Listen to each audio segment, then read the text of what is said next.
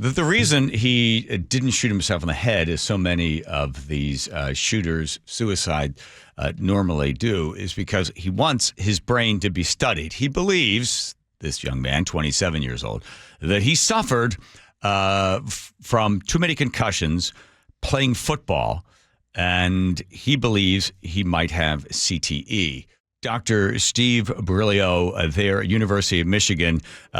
Stephen, thanks so much for joining us and talking about not only something you've dedicated your entire life to the science of concussions, and then more specifically to that with high school students. And I saw a report that you did, I think it was 2000, I can't remember if it was 2018 or 2019, as you walked us through the total number of impacts in a season, in a week, in a practice, in a game. And I realize this is pure conjecture that we're getting into here as we talk about this 27-year-old who played high school football, and people are saying, well, maybe he has CTE, and that might be the reason that he went in there and might explain some of the reasons. Is it possible that a high school student playing high school football could get CTE? Well, first, I appreciate you having me on to talk about this. I wish the circumstances were a bit different, but I welcome the opportunity to educate your audience. We did publish a study back in, I think it was around the time frame that you mentioned, looking at head impact exposure. So we used a helmet system that allows us to track the location and magnitude of every impact that a high school football player sustained. In that study, we found that the average was about 50 impacts per week. And that broke down to about 12 or so impacts for each of the two contact practices, and then about 25 impacts or so for those that are participating in the games. Now, whether or not this individual that committed the crime in New York yesterday has CTE or not, we'll have to wait and see. It's something that can only be diagnosed after someone's passed away. And it sounds like the coroner in New York is going to make the decision whether or not they're going to do that portion of the autopsy. But I would say that I was part of a group of individuals, international experts, that published a review of the literature a couple years ago looking at the risk of CTE. And what we concluded was that those that played high school contact and collision sports were not at increased risk for CTE.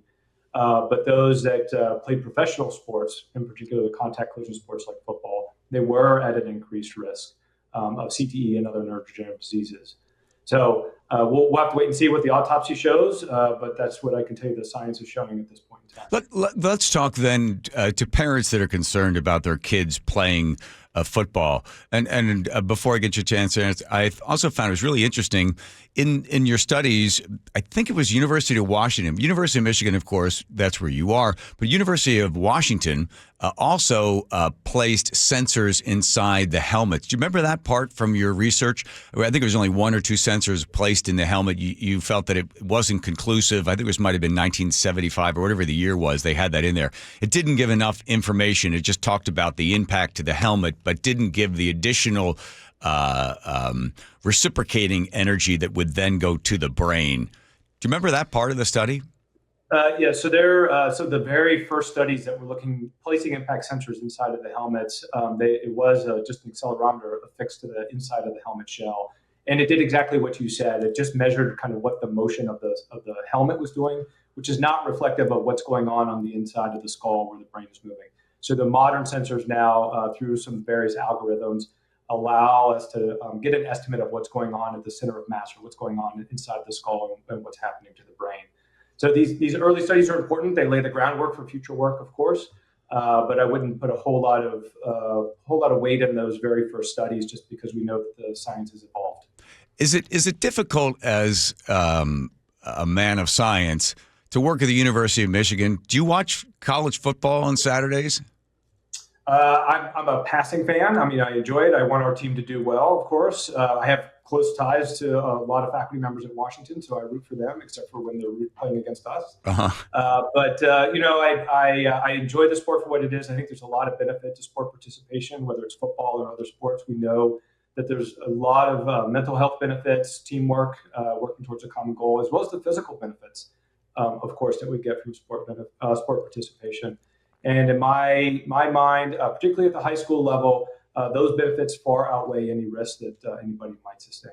So I'd seen also in your studies, and I don't know if the data is still relevant, but you said in a given season anywhere between 45 and 2,000 impacts to the head, depending on the position that the kid is playing. And as you've said in the beginning of this interview with you, that it's in high school, you're not going to see the type of impact that could lead possibly to CTE.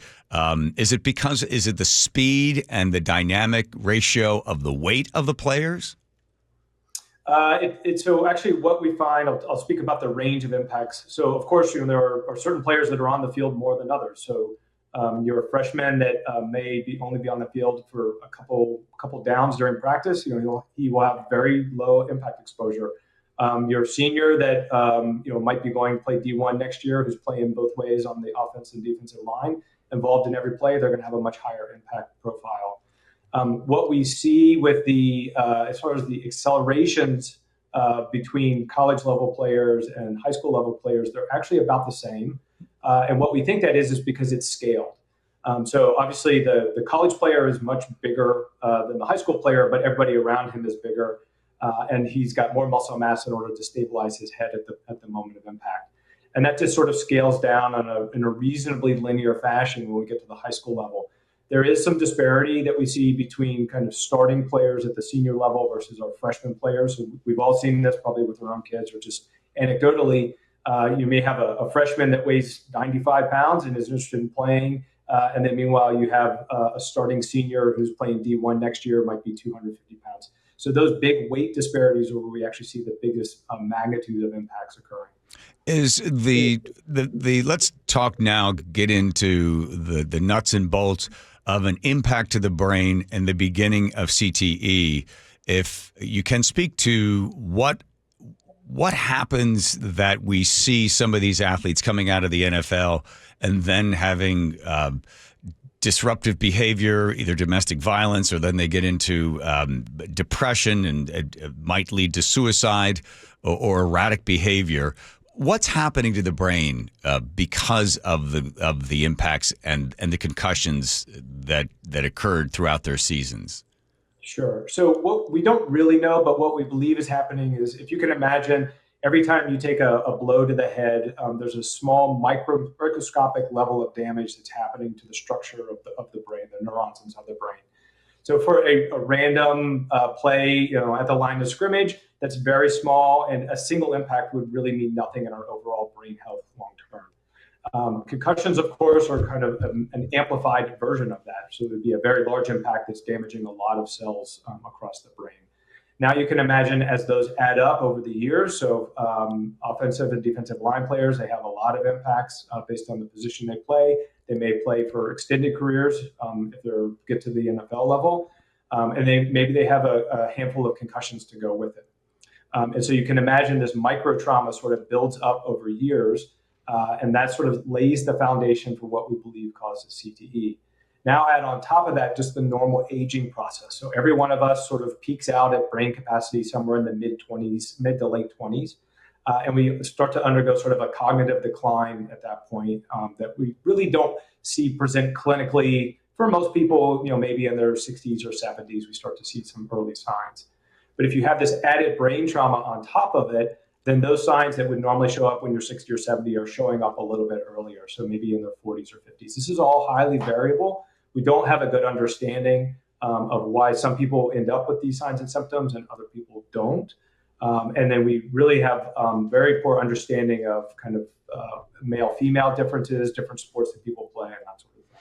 So the overall length of the career, the impact to the brain, and then the byproduct of it is we're seeing the NFL is trying to make adjustments on this. If you could get in there, doctor, and say, okay, I'm in charge of the NFL and concussions, what protocols would you add? And we know they've added recently, if you impact to the head, they take you out, they do a concussion protocol. They've also added additional sort of impact padding to the helmets that some of the players are starting to use. Is there something else you would be telling the NFL, Roger Goodell and the rest, to be able to reduce their liability and the damage to their players? What else would you add? To be honest, the NFL, I will fully acknowledge they've had some pretty dark days. I mean, there was a long period where they denied that there was a problem, but I think they, more than any other league, have really done their best to try to address the problem once they admitted there was one. So we now have spotters in the box. The officials can call injury timeouts. The blue 10 is a nice step. They have a standardized concussion assessment protocol and return to play protocol that I'm actually president of the concussion sport group, which is the international organization that sort of builds these standards or makes these recommendations, I should say. And they adopt those every 4 or 5 years when we make updates to that policy. So I think the NFL is actually doing a very nice job based on where the science is today. I think there's a lot of things that are coming, or we're hoping that are coming. We may have blood biomarkers in the next 10 to 15 years where we can do pinprick analysis on the sideline and have an answer, yes or no, right there. There's other imaging techniques people are working on, other sensor technology. But for where the science stands right now, I think the NFL is doing a pretty good job. Doctor, one last thing for any parent out there. I'd seen, I think in the last 10 years, research showing that parents are more and more concerned with their children playing contact sports, deciding they're not going to have them play football. This is a concern, of course, for high school, college, and then the NFL because there's no feeder system going in.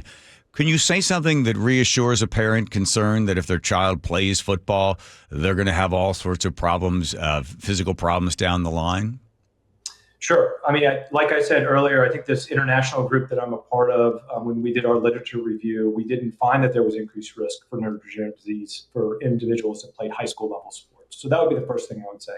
The second thing I would say is that every parent and child need to make that decision whether they're going to play or not on an individual basis. And what I mean by that is my nephew at one point, who I think when he entered high school was 85 pounds and he wanted to play football, my recommendation to my sister-in-law was probably not a good idea, not for concussion, but just for orthopedic injury and the size disparity. Ended up playing soccer and actually had a great career. The other thing I would say is for individuals or families that have the option to put their child in a different sport other than football, that's great. And if they want to consider that, that's entirely up to them. But that's not the option in every location.